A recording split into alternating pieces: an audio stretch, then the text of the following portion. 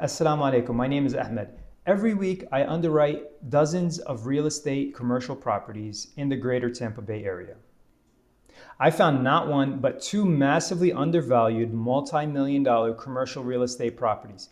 Here's the 5-step framework that I've developed over the years. The absolute majority of them are ordinary. But with the 5-step framework I developed, I'm able to cut through the mountains of ordinary offerings and find that diamond in the rough. Now, trust me, guys, you have to not only understand what each component of the framework is, but also how they work together. Because what I'll be able to demonstrate to you is that each component individually is actually quite useless. You need everything together to make a full picture in order to make a sound decision. So be sure to stick to the end of this video. This video will be high level. We'll only focus on the framework and the questions associated with that framework. I'm going to make a separate video where we have a spreadsheet and we'll crunch all the numbers and we'll test out the different components of the framework.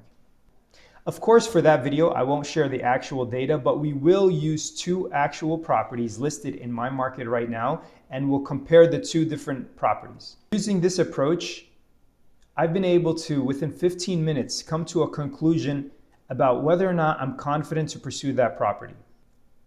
Real estate is no different. You simply have to dig through a ton of different offerings and actually underwrite them in order to be able to find those undervalued properties. There's no tricks about it. It's just simply understanding what you're looking for and what are the warning signs.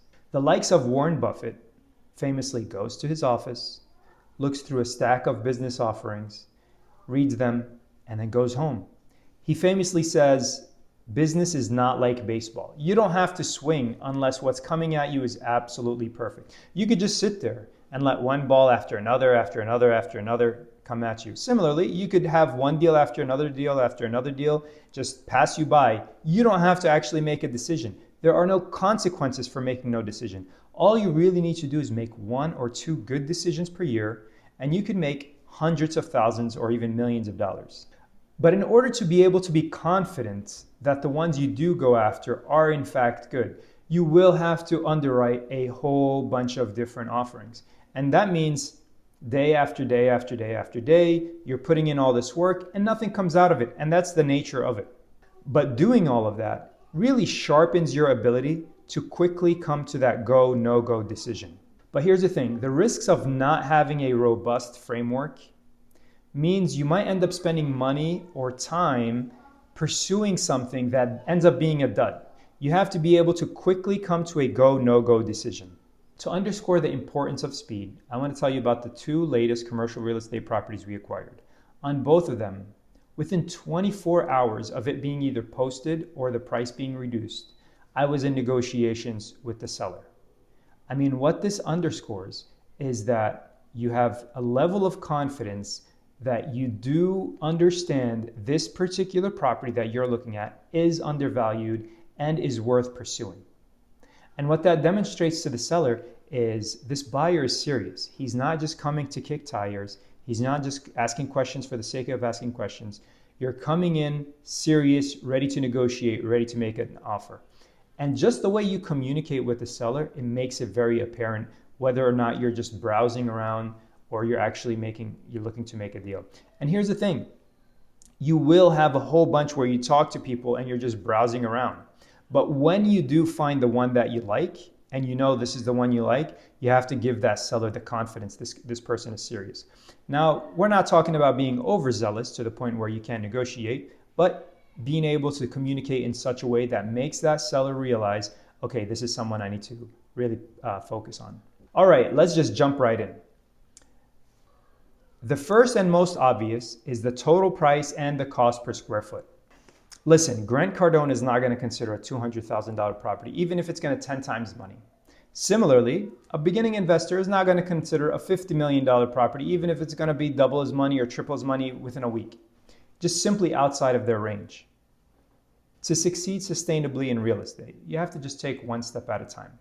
And as you achieve a certain level, you stop looking back to previous levels. Once you surpass a certain level, the previous levels are a distraction. Similarly, don't look too far ahead.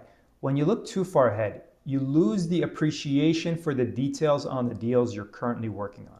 For example, the first property we bought was a $40,000 single family home, and the most recent one was a $2 million, 14,000 square foot commercial real estate property. The second part is the cost per square foot. Of course, you take the total value of the property and you divide it by the total size of the building. Now, this number alone is actually quite useless. Consider two buildings, building A and building B. Building A is $100 a square foot and building B is $250 a square foot. But building A is in a rough neighborhood and is a little bit of a rundown building. But building B is a really well-maintained building in a very nice area. Which one's a better deal? We still don't know. It alone does not guide your decision. It's just a piece of the entire puzzle. For me today, my price sweet spot is maybe around $1 million to $5 million. This allows me to cut through all the noise on Crexi and LoopNet and all these other real estate websites. It allows me to focus in on the actual properties that I would potentially actually buy. Next is the income and expense. How much net income does the property produce? That means summing up all of the rents it generates and subtracting the expenses that you have to pay. But here's a little secret. Even that number is useless. Again, going back to our building A and building B. What if building A produces a net income of $50,000 and building B produces a net income of $100,000? Which one is better? We still don't know. What if building A is listed at $750,000 and building B is listed for $2 million, right? That brings us to a concept called the cap rate. The cap rate is the total net income a property generates divided by the total value. Cap rate is the total net income that property generates divided by the total cost of that property. So in our case, building A has a cap rate of 6.7%. Building B has a cap rate of 5%. So now we can tell which building is a better deal, right? Wrong again. Unfortunately, not even cap rate is useful in determining which building is actually a good value. Consider this. What if building A with that 6.7% cap rate actually has rents that are at or above market value, whereas building B with that 5% cap rate has rents that are 50% under market rate? And if you think that's an unreasonable hypothetical scenario, it's not. And if you're thinking to yourself that's an unreasonable scenario, how could the rents of a building be above the market rate? Well, consider if the owner of the building already knew he was going to sell the property and he made an offer of 6 months free rent, but had the rents a little bit high or had the rents higher than the market. You will be able to lure some tenants in to lock them into, for example, a 3-year lease at higher rents if you offer them some incentives. The benefit in doing that for the seller is now they're able to show a larger income than is natural. And to the untrained eye, they'll think this building is actually more valuable than it really is. And as far as the expense portion of the cap rate, similar situation. What if building A, the property owner is meticulously taking care of the property and has the best property management group and is paying the highest fees for every aspect of it, and building B is simply neglecting it. He's simply not spending any money. So when you go to buy it, the expenses on one building might go way down and the expenses on another building might go way up. That brings us to our third category, which is looking at the upside and the exit potential.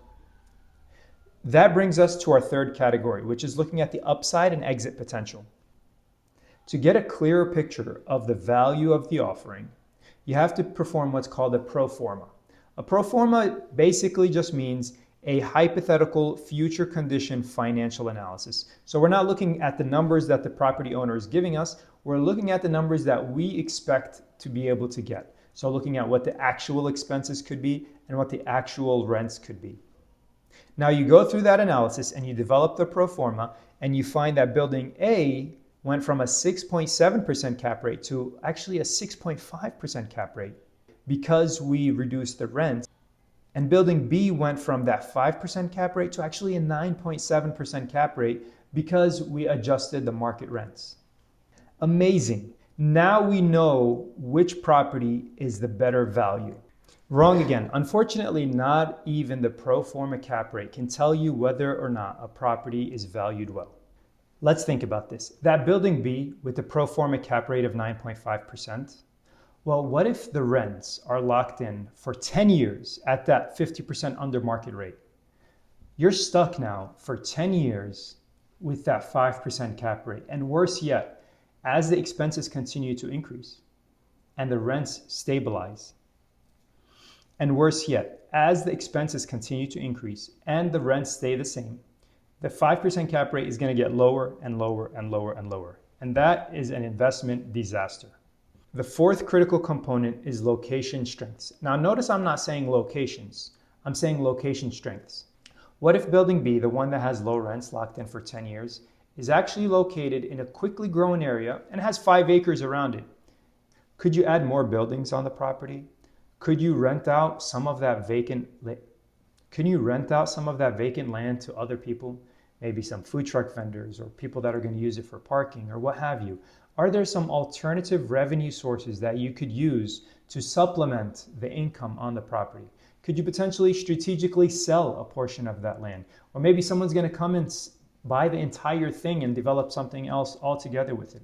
So the strengths of that location has to also come into account. And finally, the property conditions. Of course, this goes without saying, and I put it last because it doesn't typically make or break a deal. It could, but rarely, because when you're talking about a $3-4 million deal, a roof that's, for example, $100,000 is a very small percentage of the overall deal. If it's undervalued enough, and if it's kind of a diamond in the rough, you're expecting for the property to have deferred maintenance. You're expecting the property owner hasn't been up to date with the AC or the roof or the parking lot or whatever the case may be. So you're expecting the property condition to be a little bit rough. You do, however, need to walk through the property and check things out. You want to make sure there are no major structural issues that's going to become a massive headache. So it's worth spending the few $100s to get a professional inspector out there to actually evaluate the property, but only after all the other 4 points have been considered and you're confident that if the property condition is decent, you're going to move forward with this property. That was a doozy, but now we get the point. Let's stay focused, laser focused. We're going to have to review many properties. All right, guys, that was a doozy, but we get the point now. We're going to have to consider many properties before we're able to make one purchasing decision.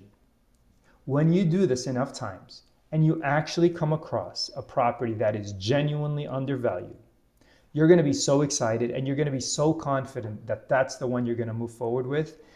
Everything else starts to fall in line.